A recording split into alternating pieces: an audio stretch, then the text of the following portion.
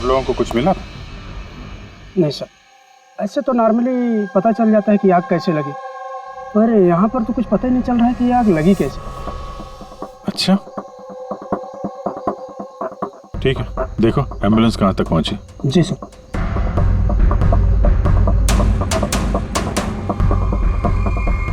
बहुत बुरी तरह से झुलस गया। कमाल है, कुछ पता ही नहीं चल रहा कि आग कैसे लगी है।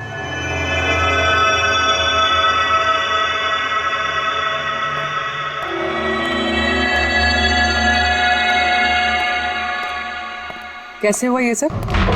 सब कुछ तो बिल्कुल ठीक था, पता नहीं ये आग कहाँ से लग गई। इतने सारे लोगों की बद्दुआएं तो लगेंगी ना। क्या कहा तुमने? पता चला था सर कि दिलीप साहब किसी कोर्ट के केस में फंसे हुए थे। काफी बड़ा चक्कर था, लेकिन अभी कुछ दिन पहले छूट भी गए थे। काफी लोग नाराज भी थे इस बात से। कहीं इसी चक्कर में किसी ने दिलीप को मार तो नहीं दिया?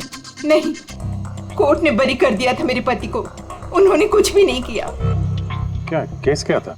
9 साल पहले जीजू के थिएटर में आग लग गई थी, जिसके कारण कुछ लोगों की मौत हो गई थी और सारा इल्जाम जीजू पर आ गया था।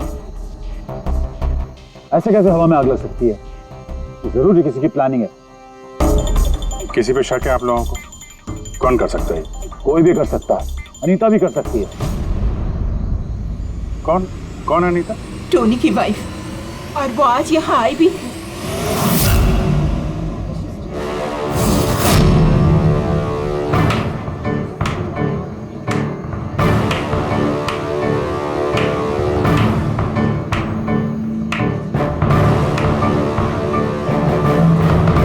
Anita,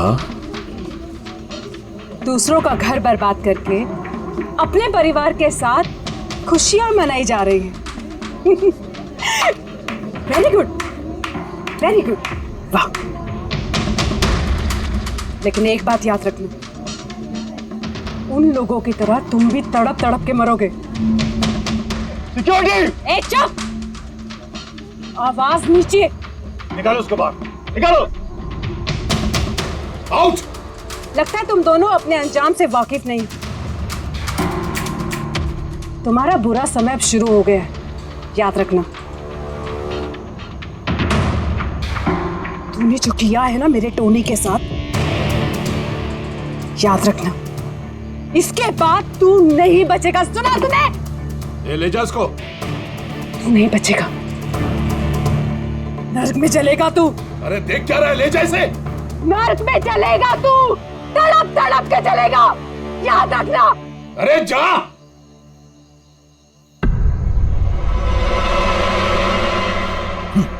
let's enjoy Rohan. अरे भूल जाओ।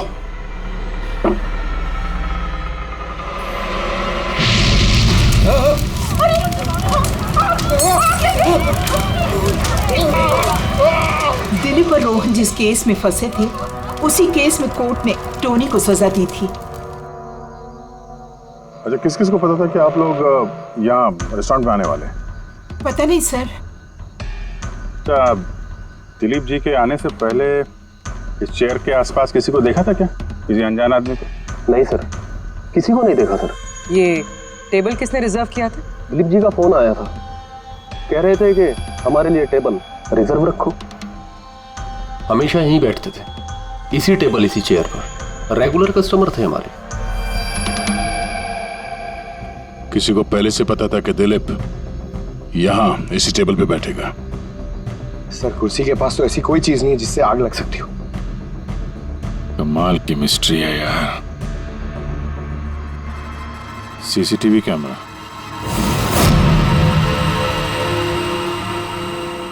इसके फुटेज से पता चलेगा क्या हुआ था यहाँ पे।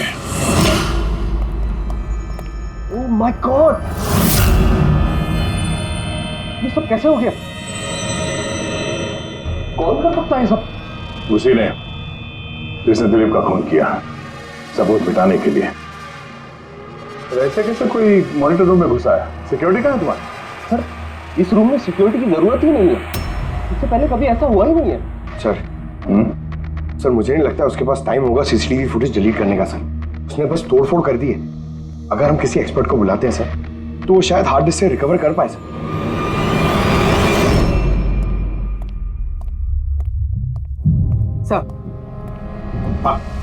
सर 9 साल पहले दिलीप और रोहन का एक थिएटर था जिसमें आग लग गई थी। एग्जिट और एंट्री डोर बंद होने की वजह से इस आग में 12 लोग जल के मर गए। विक्टिम्स की फैमिली ने केस किया तो इन्वेस्टिगेशन में पता चला कि उस वक्त एक गार्ड ड्यूटी पे था। हाँ, टोनी। हाँ सर, कोर्ट में साबित हो गया कि टोनी ने बहुत शराब पी रखी थी और शराब के नशे में वो इतना धुत था कि वो इमरजेंसी एग्जिट भी खोल नहीं पाया। हाँ, मगर इस टोनी की बीवी अनीता ये मानने को तैयार ही नहीं कि गलती टोनी की है। सर सिर्फ उसका ही नहीं, बहुत सारे न्यूज़पेपर आर्टिकल्स ने भी कोर्ट के इस फैसले के खिलाफ आवाज़ उठाई थी। जब ये हादसा हुआ था उस वक्त दिलीप और रोहन के खिलाफ सॉलिड एविडेंसेस थे, लेकिन फिर केस चलता रहा। 9 साल हो गए। कुछ विटनेसेस ने गवाही बदल दी और कुछ कंट्री से बाहर चले गए।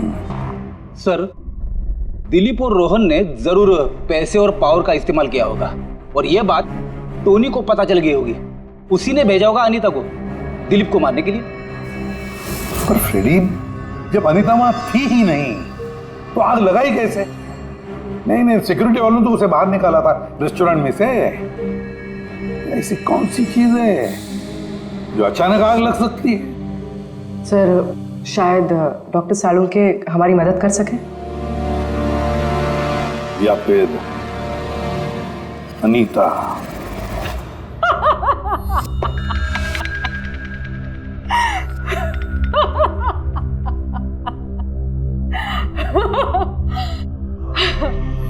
किस बात पे इतना हैरान है? मेरी हंसी पे? क्या दिलीप की मौत पे? दिलीप की मौत पे तुम इतना खुश क्यों हो रही हो? अब मैं खुश नहीं होंगी तो और कौन होगा? कल रात रेस्टोरेंट से निकलने के बाद तुम कहाँ गई थी? जेल, अपने पति से मिलने। वार्डन के पास सारे रिकॉर्ड हैं, आप चाहें तो चेक कर सकते हैं। वो तो हम करेंगे, और ये भी कि आखिर तुमने वो आग लगाई कैसे? कोई काला जादू किया तुमने? दिलीप को अचानक आग कैसे लग गई? काला जादू आता तो जरूर करती, पर मैं बहुत खुश हूं। ये दिलीप भी उसी तरह तड़प तड़प के मरा है जिस तरह 9 साल पहले वो बेकसूर लोग मरे थे, जिसकी सजा मेरा पति टोनी भुगत रहा है। तुम ये कैसे कह सकती हो कि टोनी की गलती नहीं थी? तुम तो वहां थी नहीं। मैं वहां नहीं थी, लेकिन टोनी यहाँ था। उस दिन उसकी तबीयत खराब थी। उसने अपने मालिकों से, रोहन और दिलीप से कहा वो जल्दी घर आ गया आग लगने से पहले। गलती उन दोनों की थी। अरे पुराना दरवाजा ठीक ही नहीं करवाया, जिसके कारण वहां आग में वो लोग झुलस के रह गए। मेरे पति की गलती नहीं थी, उन दोनों की थी। तो बहुत गुस्सा आया होगा ना तुम्हें? दोनों को मारने का भी मन किया होगा। 12 लोग मरे हैं वहां। मुझसे कहीं ज्यादा गुस्सा उन लोगों के परिवार वालों को आया होगा, पर वो बहुत खुश होंगे अब दिलीप की मौत की खबर सुन के। बहुत खुश होंगे। वो लोग और भी खुश हो जाएंगे जब रोहन चल के मरेगा।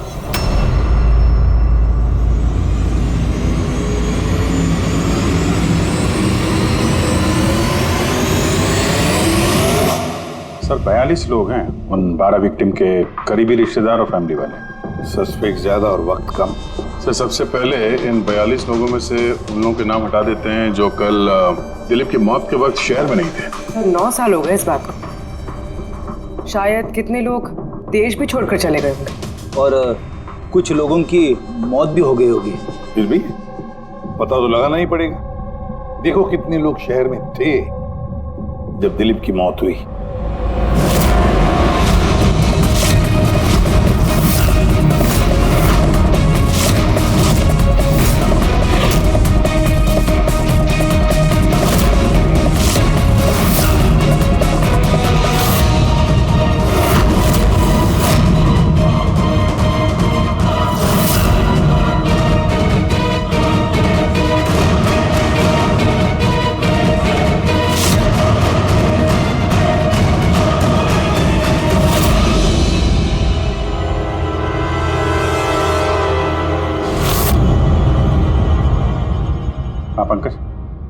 कितने बजे?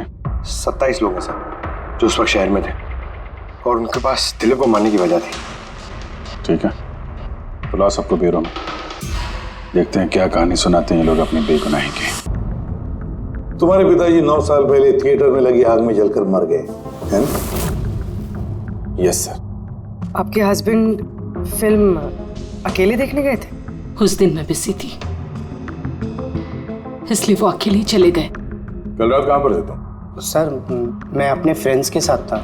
सर मैं पासपोर्ट ऑफिस गया था। उन दोनों को मैं ऐसे बच के नहीं जाने दूंगी। तो क्या किया तुमने? सोचा कि दिलीप से फेस टू फेस मिलूंगा और उससे पूछूंगा कि तुमने ऐसा क्यों किया। सर उसके बाद मैं अपने फ्रेंड के साथ घर पे गया। मैं अपनी वाइफ के साथ मॉल में था। सर आप मेरे फ्रेंड से पूछ सकते हैं। सर मैं उससे मिलता तो रेस्टोरेंट तक जिंदा नहीं पहुंच पाता। दिलीप को उसके किए की सजा मिल गई। मुझे मालूम चला रेस्टोरेंट से कि दिलीप के साथ क्या हुआ तो दिल को सुकून मिला सर।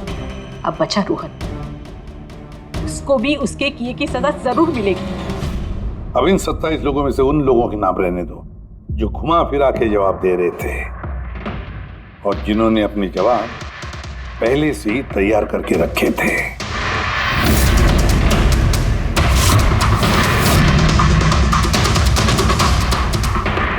सर अब 15 बजे। अब इन 15 लोगों को उस दिन के बारे में पूछते हैं जब 9 साल पहले थिएटर में आग लगी थी। देखते हैं किसे सबसे ज्यादा गुस्सा आता है, कौन मुंह फेर लेता है। सर मेरा भाई 10वीं पास हो गया था।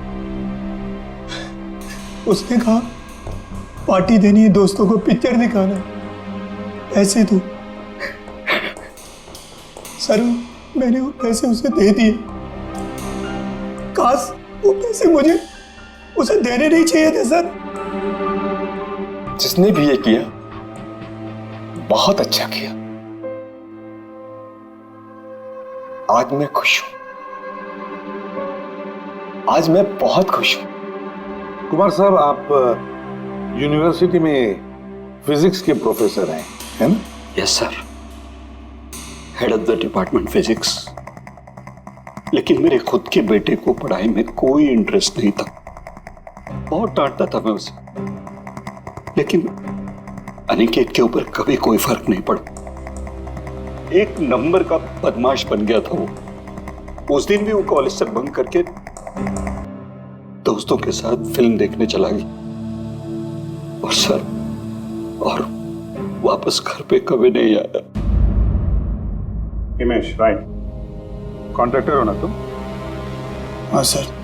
हिमेश, 9 साल पहले तुम अपनी पत्नी के साथ फिल्म देखने गए थे उस थिएटर में। नई शादी हुई थी मेरी, सलोनी के साथ फिल्म देखने के लिए गया था।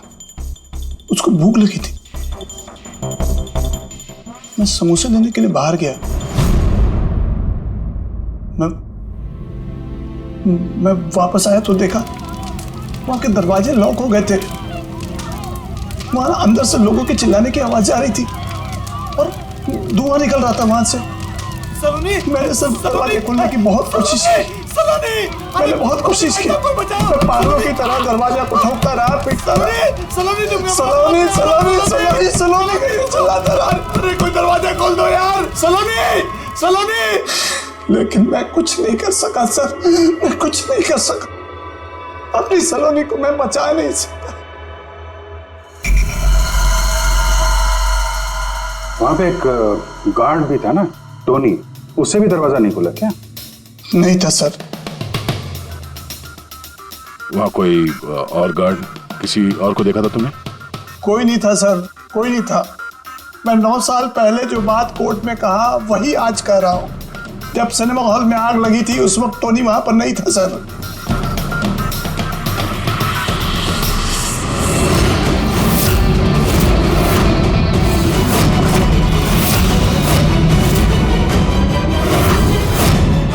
सर ये है हमारे फाइनल 15 सस्पेक्ट जो दिलीप को मार सकते हैं। सो कॉप्स कह रहे थे कि फायरमैन को भी पता नहीं चला कि आग का एग्जैक्टली सोर्स क्या था। उन लोगों को तो जनरली ढूंढ कर पता चल जाता है कि वहां पर ऐसी कौन सी चीज थी जो तुरंत आग पकड़ती है, लेकिन उन्हें पता नहीं चला। उन्हें पता नहीं चला। उन्हें इसलिए पता नहीं चला क्योंकि उस चीज की ना तो कोई खुशबू थी ना कोई रंग था। एग्जैक्टली सर, मतलब अगर लिक्विड होता ना तो इस दिलीप को पता चलता जब वो चेयर पे बैठता, उसे फील होता। और अगर पाउडर होता तो हमें टेस्टिंग में पता चल जाता। इसका मतलब ये तो गैस, जिसका मतलब ये गैस है। गैस? तो इसीलिए उस फायरमैन को पता नहीं चला कि किस चीज से आग लगी है। इनफ्लेमेबल गैस बॉस, जिसे सिर्फ एक स्पार्क की जरूरत होती है आग पकड़ने के लिए। अच्छा, मुझे एक बात समझ में नहीं आ रही है। दिलीप किस कुर्सी पर बैठा था, तो गैस कुर्सी पर आई कहां से? कुर्सी से ही। क्या? कुर्सी से? वो ऐसे बॉस, जिस चेयर पे ये दिलीप बैठा था उसके नीचे की तरफ किसी ने ज्वलनशील गैस का स्प्रे किया हुआ था। मरते वक्त दिलीप के कांटेक्ट में दो चीजें थी, एक तो ये चेयर जिस पे वो बैठा था और एक वाइन का ग्लास जो उसने हाथ में पकड़ा हुआ था। हमने ये दोनों चीजें चेक की तो इस चेयर के ऊपर से हमें इनफ्लेमेबल गैस के कुछ ट्रेसेस मिले। बॉस, हमारे आसपास वातावरण में स्वतः ज्वलनशील पदार्थ होते हैं जो कभी कभी स्पॉन्टेनियसली जल जाते हैं, जैसे कि मार्श गैस एक नेचुरल बायोगैस है और ज्वलनशील गैस इसका मेन कंपोनेंट है। मतलब इनफ्लेमेबल गैस कभी भी हवा में ऐसे ही जल जाती है? नहीं फ्रेडी, अपने आप नहीं। जब वातावरण में बहुत ज्यादा गर्मी पैदा हो जाती है और वो वातावरण की ऑक्सीजन के साथ मिल जाती है तो एक सुपर हाई टेम्परेचर का निर्माण होता है, जिसकी वजह से ये आग लगती है। लेकिन सालून के साहब, वहां तो ऐसे कोई हाई टेम्परेचर वाली चीज थी नहीं। एग्जैक्टली, ऐसा कोई डायरेक्ट सोर्स नहीं था जिससे गर्मी पैदा हो सके। बस इसीलिए मुझे लगता है खूनी ने कोई एक्स्ट्रा डिवाइस का इस्तेमाल किया है ये अचानक इतना ज्यादा टेम्परेचर बढ़ाने के लिए। और ये कुर्सी तो तैयार बैठी थी, इसे तो सिर्फ एक स्पार्क की जरूरत थी। पर सर ऐसे कोई हीट कैसे पैदा कर सकता है? हाँ, कर सकते हैं ना पूरी। जैसे उदाहरण के तौर पर मैग्नीफाइंग ग्लास पर सूरज की किरणों को खास तरीके से फोकस करके हम बचपन में कागज जलाया करते थे।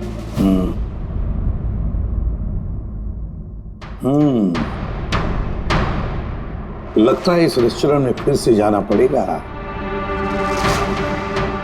पता लगाना पड़ेगा किस चीज से आग लगी।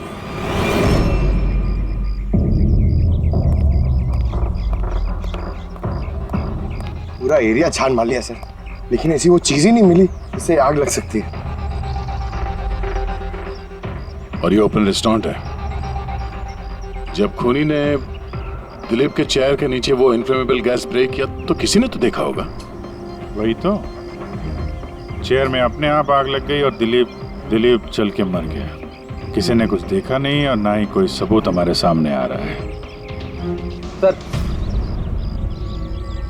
उस डेटा एक्सपर्ट ने सीसीटीवी फुटेज रिकवर कर ली है, आप देख सकते हैं सर। गुड, तुम लोग यार देख लो, तब तक मैं देखता हूँ यहाँ पे कुछ मिलता है क्या।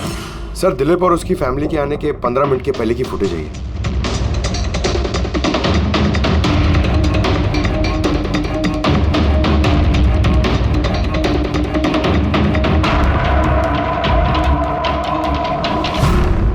ये कुर्सी चेंज कर रहा है। इसका कोई दूसरा एंगल है क्या? इसी टाइम का चेक करो। एक मिनट सर।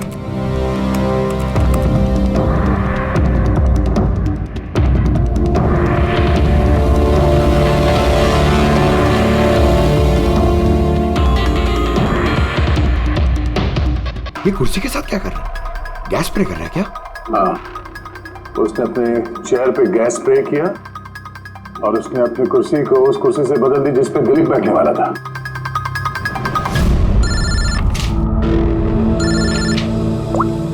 आ गया।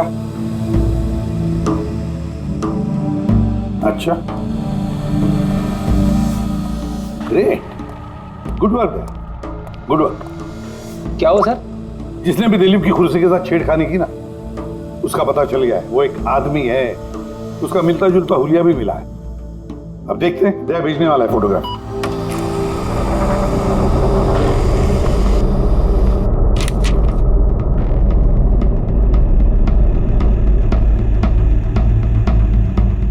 खूनी इन बचे लोगों में से ही कोई एक है, इन्हीं में से एक। और अब इसका अगला शिकार रोहन है।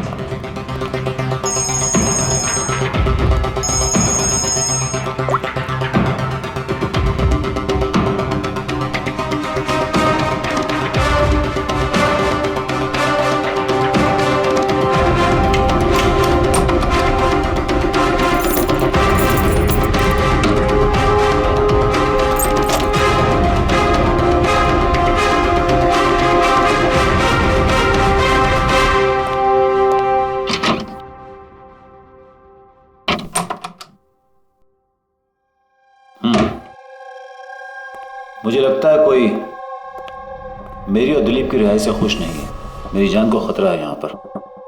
आई will talk to you later, bye. Sir everything is okay. All right, तुम यहीं पर रहना और किसी को भी अंदर मत आने देना।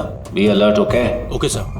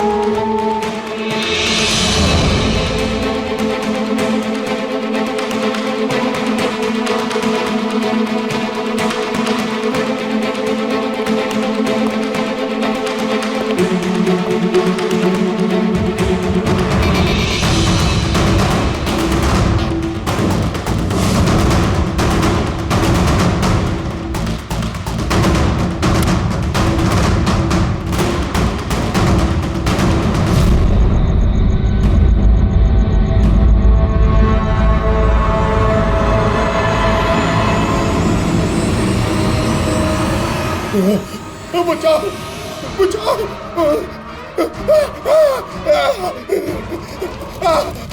बचाओ, परे परे, बचाओ बचाओ,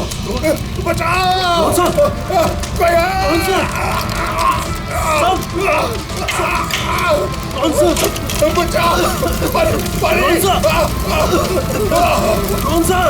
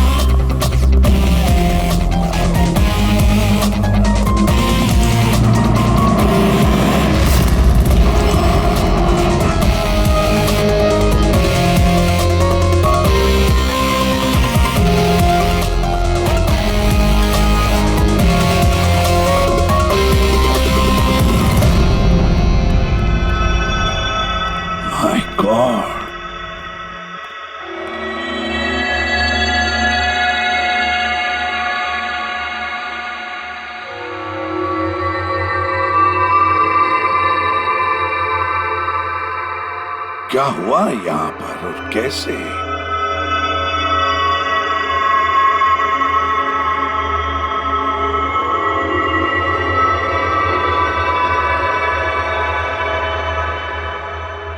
यहाँ पर भी और किसी किस्म की कोई स्मेल नहीं है, इस जली हुई लाश की बदबू के। यानी ये मर्डर भी इन्फ्लेमेबल गैस से हुआ है? शायद। ये सब हुआ कैसे? हाँ? सर मैं रोहन सर का बॉडीगार्ड हूं सर। अच्छा, तो फिर ये आप लोग कहाँ थे जब ये सब हुआ? सर रोहन सर ने मुझे बाहर निगरानी के लिए कहा था, तो थोड़ी देर के बाद सर उनके चिल्लाने की आवाज आई तो मैं उनके कमरे की तरफ भागा, लेकिन सर दरवाजे के चारों तरफ से धुआं देखा तो मैं दूसरी चाबी से दरवाजा खोल के अंदर गया तो देखा कि सर रोहन सर जले पड़े थे। आप लोगों को भी कुछ पता नहीं है? कमाल है, कमरे के अंदर कोई लीड नहीं मिला, शॉर्ट सर्किट नहीं हुआ है, ये पर्दा अंदर से बंद है, ये विंडोज परमानेंटली क्लोज्ड है, कोई बाहर से अंदर भी नहीं आ सकता। अब बाहर से अंदर कोई व्यू भी नहीं है, कोई देख नहीं सकता, तो फिर आदमी मरा कैसे? इससे लगी है आग बॉस।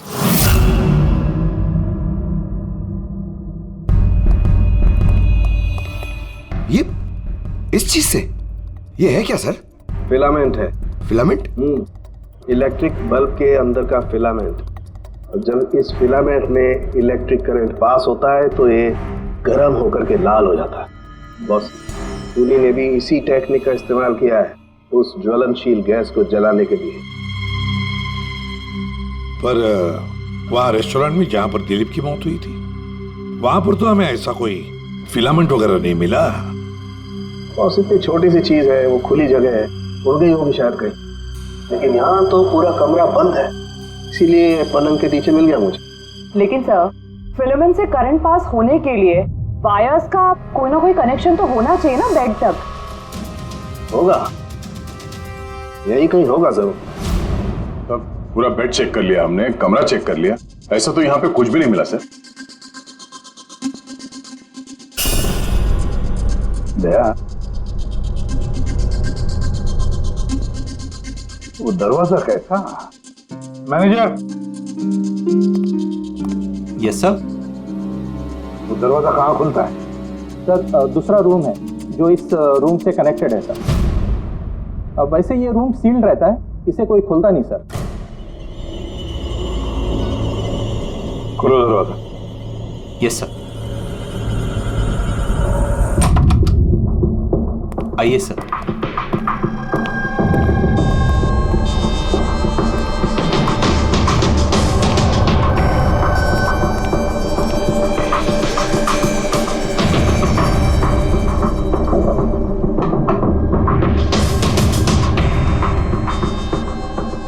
मैनेजर साहब, किसका कमरा है ये? कौन रहता है इस कमरे में? गेस्ट है कोई सर, डिटेल्स चेक करनी पड़ेगी। मंगाओ। Okay sir.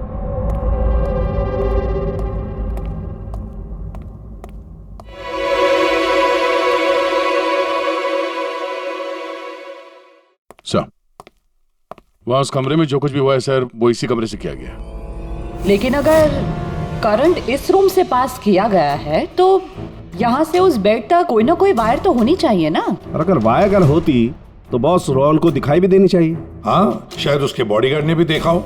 बुलाओ उसके बॉडीगार्ड को। आप आओ यहाँ।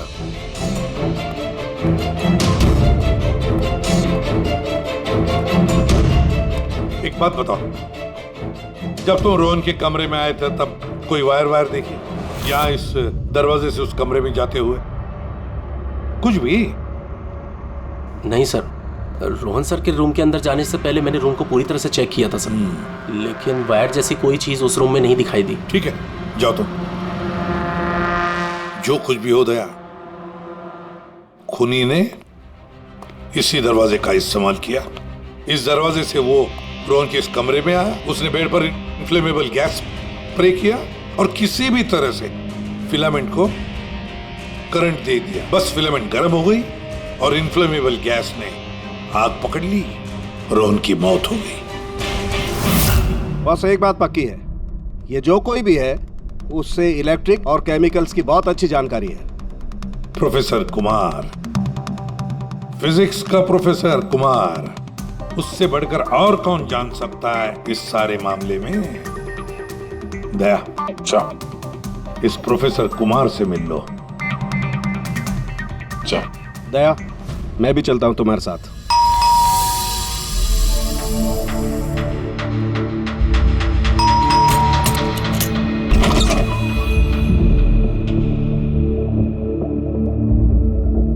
प्रोफेसर कुमार है घर पे?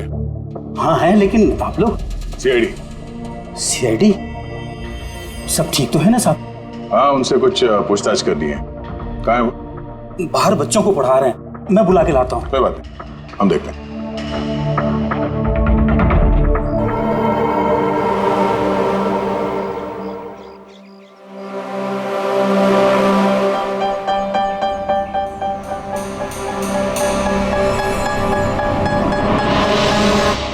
मिस्टर कुमार, हमें आपसे कुछ पूछताछ करनी है।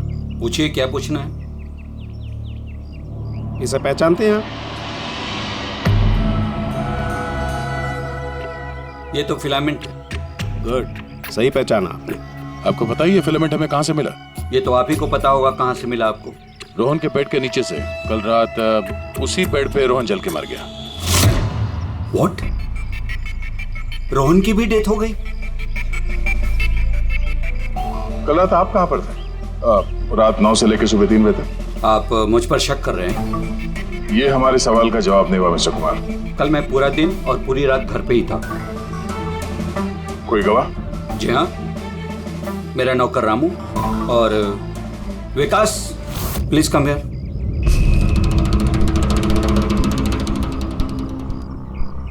Yes sir. इन्हें बताओ मैं कल कहाँ था। सर हमारे एक्स्ट्रा क्लासेस ले रहे थे यहीं पे सर। कितने बजे से कितने बजे तक? सर शाम के 6 बजे से सुबह के 5:30 बजे तक। सर हमारे एग्जाम आने वाले हैं ना, तो हमने इस सर को रिक्वेस्ट किया था एक्स्ट्रा क्लासेस लेने के लिए। ठीक है सर, तुम जाओ बेटा। सर मेरे 5 स्टूडेंट्स और भी हैं जो कल सुबह 9 बजे से लेकर 5:30 बजे तक हमारे साथ थे। कहें तो उनको बुला लूं? ठीक है। अब मैं जा सकता हूं सर, बच्चों को पढ़ाना है। Please please. Thank you.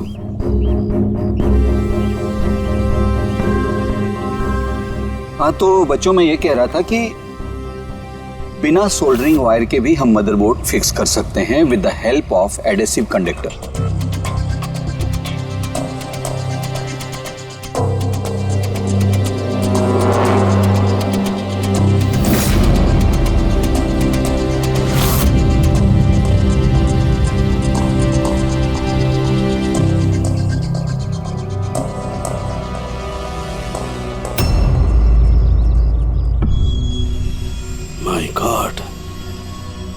My God यार, ये क्या बात? क्या? अरे यार, ये गलती मुझसे कैसे हो गई? क्या गॉड, बूढ़ा हो गया हूं मैं, बूढ़ा हो गया हूं मैं। एक काम करो, 1 घंटे बाद फॉरेंसिक लैब में मिलो, कुछ बताऊंगा। 1 घंटे बाद। अरे वो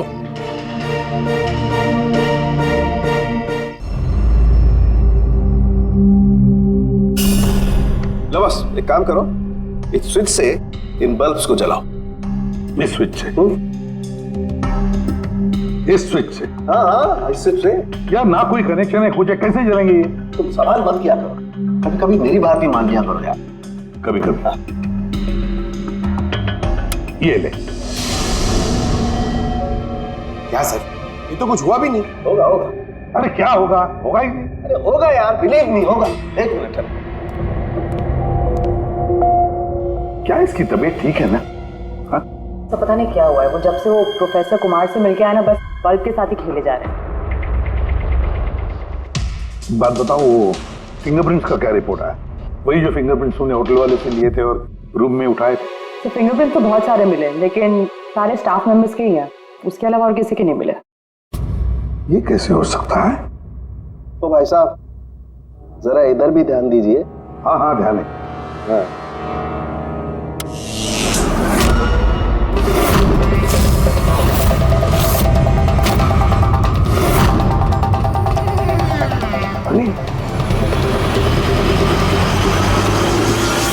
सर ये बल्ब जलने कैसे लगे?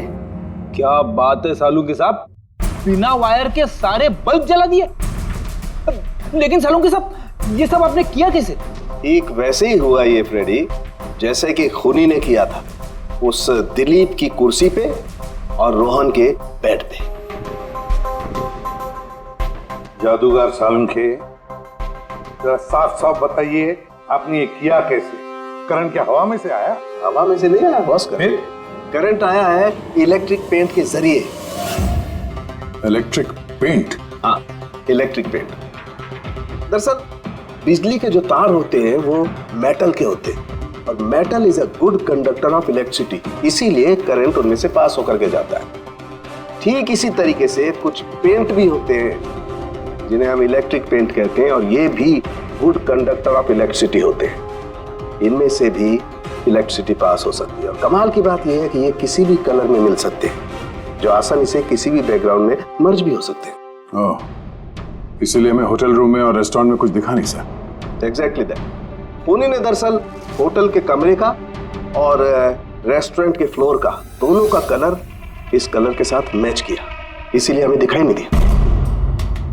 तो ये इलेक्ट्रिक करंट, आई मीन ये जो इलेक्ट्रिक पेंट है, ये आसानी से मिल जाता है? हाँ, मिल जाते हैं। दरअसल इलेक्ट्रिक सोल्डरिंग और रिपेयरिंग के काम में आते हैं, और इनकी सबसे बड़ी खासियत ये है कि ये आमतौर पर नंगी आंखों से दिखाई नहीं देते, सिर्फ इंफ्रारेड लाइट में ही ये दिखाई देते हैं। मैं दिखाता हूँ।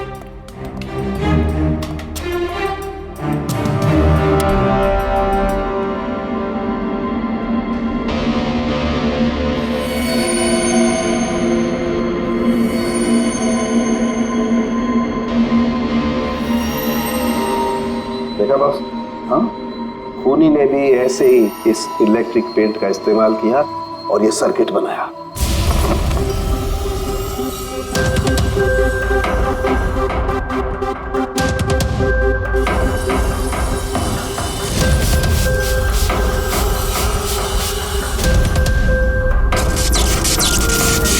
एक बात तो पक्की है, ये जो भी कोई है उसे इन सारी चीजों की पक्की जानकारी है।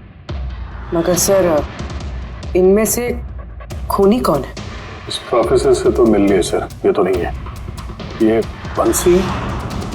बंसी तो एक क्लर्क है, और मुझे नहीं लगता कि एक क्लर्क को साइंस की इतनी जानकारी होगी। सर, इनमें से सबसे ज्यादा पढ़े लिखे तो ये प्रोफेसर ही लग रहे हैं। कोई ऐसा जो प्रोफेसर जितना इंटेलिजेंट तो नहीं है, लेकिन इसे इन सब चीजों की जानकारी है।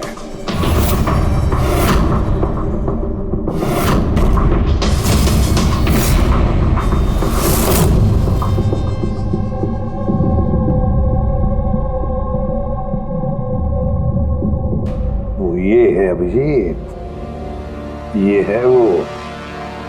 याद है क्या कहा था इसने कि क्या काम करता?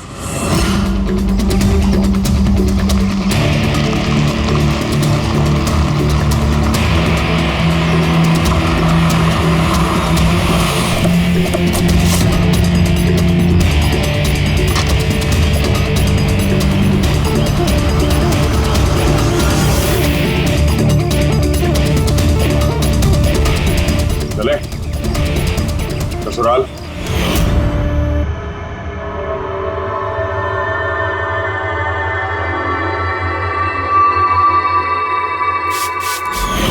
दिलीप और रोहन पर केस हुआ था, लेकिन मुझे मालूम था अपने पैसे और पावर के दम पर वो छूट जाएंगे। लेकिन उनके पास पैसा था तो मेरे पास दिमाग। कई महीनों तक उनका पीछा किया, वो कहां जाते हैं, क्या करते हैं, किससे मिलते हैं, सब कुछ। आखिर मैंने दोनों को मारने की तरकीब ढूंढ ही निकाली, इलेक्ट्रिक पेंट्स और सर्किट्स के जरिए। ये दोनों के बारे में मुझे अच्छी खासी जानकारी थी। बस दे दी दोनों को सजा, दोनों को मार दिया जिंदा जलाकर, जैसे उन्होंने मेरी सलोनी को मारा था। हिमेश, तुम्हारी पत्नी के साथ जो कुछ भी हुआ उसका हम सबको अफसोस है, लेकिन दिलीप और रोहन को मारकर तुम्हें क्या मिला? क्या तुम्हारी पत्नी वापस आ गई? बदले की आग में तुमने 2 लोगों की जानें ली। कानून तुम्हें कभी माफ नहीं करेगा, तुम्हें कड़ी से कड़ी सजा होगी।